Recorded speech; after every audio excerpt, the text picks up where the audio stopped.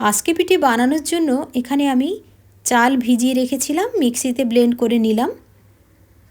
তারপরে আমি লবণ দিলাম আর দিলাম বেকিং সোডা।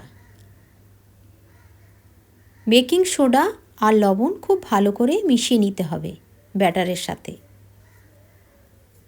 যত ভালো করে ফেটানো হবে তত পিঠেটা নরম হবে। খুব ভালো করে এইভাবে ফেটিয়ে নিতে হবে। আর ব্যাটারটা এইরকম থিকনেস থাকবে, খুব বেশি পাতলা হবে না, তাহলে ছড়িয়ে যাবে পিঠেটা। ঘন হলে পিঠেটা এক জায়গায় থাকবে। এই পিঠে খেতে আমার ভীষণ ভালো লাগে, খুব সহজেই বানানো হয়। সব পিঠের থেকে এই পিঠেটা খুবই সোজা, বানাতে খুব তাড়াতাড়ি বানানো হয়ে যায়। হয়ে গেছে। এবারে আমি একটা কড়াইতে এটা বানাবো। কড়াইটা খুব ভালো করে গরম করে নিতে হবে। আমি এখানে তেল দিচ্ছি না, শুকনো কড়াইতে আমি এই ব্যাটারটা দিয়ে দিচ্ছি।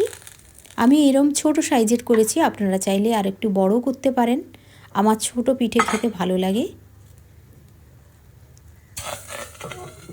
এইভাবে আমি একটা মাটির ঢাকনা দিয়ে দিচ্ছি ওপর থেকে। ঢাকনাটা এরম উঁচু হতে হবে। এবার সাইড দিয়ে আমি জল ছড়িয়ে দিচ্ছি। জলটা শুকিয়ে এলে বুঝতে হবে পিঠেটা হয়ে গেছে।